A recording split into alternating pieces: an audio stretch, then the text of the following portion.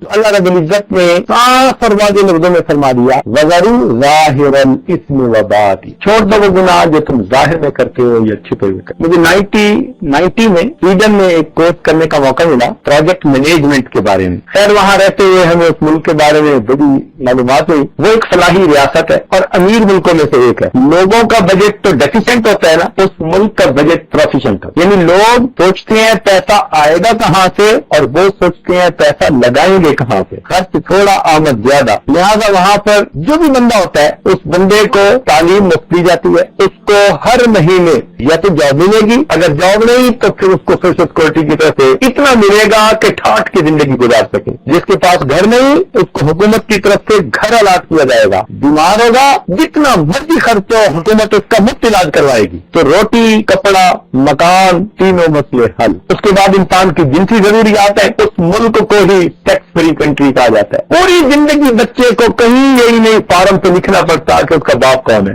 کوئی فارم نہیں پورے ملک میں ایسا کہ باپ کا نام بتانا پڑے۔ اب بتائیے اس کا مطلب ہے ساری ضروریات پوری ہو گئی۔ اب وہاں کے لوگوں کو بڑا پرسکون ہونا چاہیے نا، لیکن مزے کی بات بتاؤں کہ اس ملک میں خودکشی کرنے کا ریٹ پوری دنیا میں سب سے زیادہ ہے۔ بھائی اتنی سہولیات زندگی کی مل جائے کوئی مسئلہ ہی نہ ہو، پھر تو بندے کو پرسکون ہونا چاہیے، مگر نہیں، خودکشی کرنے کا ریٹ پوری دنیا میں سب سے زیادہ وہاں کے ایک ڈائریکٹر کہنے لگے کہ حکومت ہماری پریشان ہے، لوگ اپلیکیشن دیتے ہیں ڈاکٹر کو کہ اتنے میں ہم نے ریٹائرمنٹ ہونی اور اس کے اتنے عرصے بعد آپ ہمیں ایک ٹیکہ لگا دینا ہم تاکہ دنیا سے چلے جائیں۔ اتنے پریشان ہوتے ہیں، ڈاکٹروں کے پاس اپلیکیشن اتنی جمع ہو گئی، وہ کہتے ہیں ہم کریں تو کیا کریں۔ اب بتائیے معلوم ہوا کہ قلب کا سکون کوئی اور چیز ہے، یہ فقط مال و دولت سے نہیں ملتی، یہ اپنی خواہشات اور شہوات کو پورا کرنے سے نہیں ملتی، یہ ملتی ہے جب انسان نیکی میں زندگی گزارتا ہے، اپنے پروردگار کو راضی کر لیتا ہے، پھر اللہ تعالیٰ دل کو پرسکون بنا دیتے ہیں۔ تو ہم اگر چاہتے ہیں کہ ہم بھی ایک کامیاب اور پرسکون زندگی گزاریں تو ہمیں چاہیے کہ ہم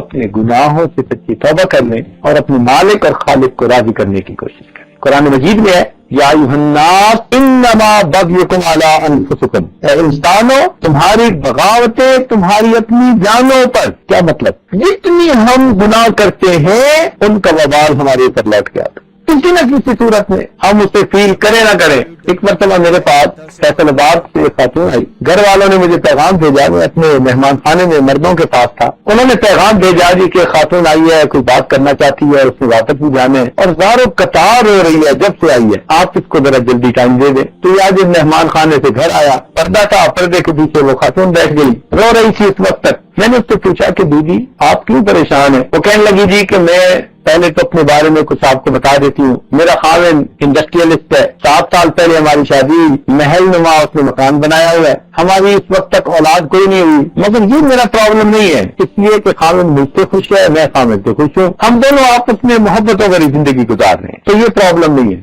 اور کہنے لگی گھر کے تمام اخراجات خاوند نے اپنے ذمہ لیے ہوئے ہیں، کچن کا خرچہ، گیس کا خرچہ، بلوں کا خرچہ، ڈرائیوروں کا خرچہ، گاڑیوں کا خرچہ، جتنے گھر کے خرچے ہیں سب میرا خاوند خود ادا کر۔ میرا پرابلم یہ ہے کہ میرا خاوند مجھے میرے ذاتی خرچے کے لیے ہر مہینے 50,000 روپیہ دیتا ہے اور میں پریشان ہوں، میرے خرچے پورے نہیں۔ آج سے 10 سال پہلے کی بات، پاکستان میں جہاں اتنی سستی چیزیں ہیں، جہاں 10 تک فیملی ممبر لوگ جو ہے وہ 5,000 تنخواہ پہ گزارا کرتے ہیں، وہ پریشان ہے میرے پرسنل خرچے کے لیے میرا خاوند ہر مہینے 50,000 روپیز دیتا ہے، میں پریشان ہوں، میرے خرچے پورے نہیں ہوتے، اور اس نے رونا شروع کر میرے جیسی تو پریشان عورت کوئی ہوگی۔ خیر ہم نے بھی چلنے میں تو پھر رونے دیا، جب میرا محسوس ہوا کہ ماشاءاللہ کافی دیر اس نے رو لیا، پھر اسے سمجھایا کہ ذرا بات سنو، بات یہ کہ آپ کی زندگی کی جو ترتیب بنی ہوئی ہے نا کہ بے پردگی کی زندگی،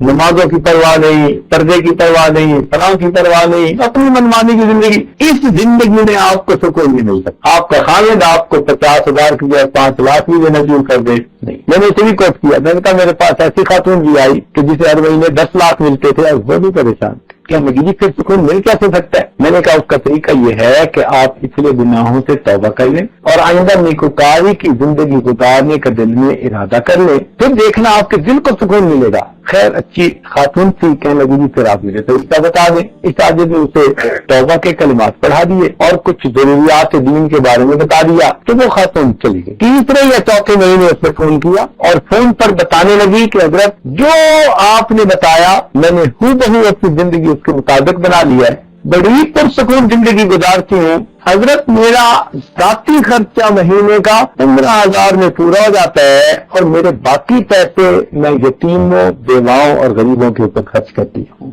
پرسکون زندگی گزار رہی تھی۔ تو سچی بات یہ ہے کہ ہم نے اپنے گناہوں کے سبب اپنے آپ کو پریشان کیا ہوا ہوتا ہے۔ اگر ہم یہ گناہ چھوڑ دیں تو ہماری زندگی پرسکون ہو جائے۔ اس لیے ارشاد فرمایا وَذَرُوا ظَاهِرَ الْإِثْمِ وَبَاطِنَهُ، چھوڑ دو وہ گناہ جو تم ظاہر میں کرتے ہو یا چھپے ہوئے کرتے ہو۔ سوشل میڈیا پر سب سے قدیم اور سب سے ریلائبل برانڈ درسقرآن.com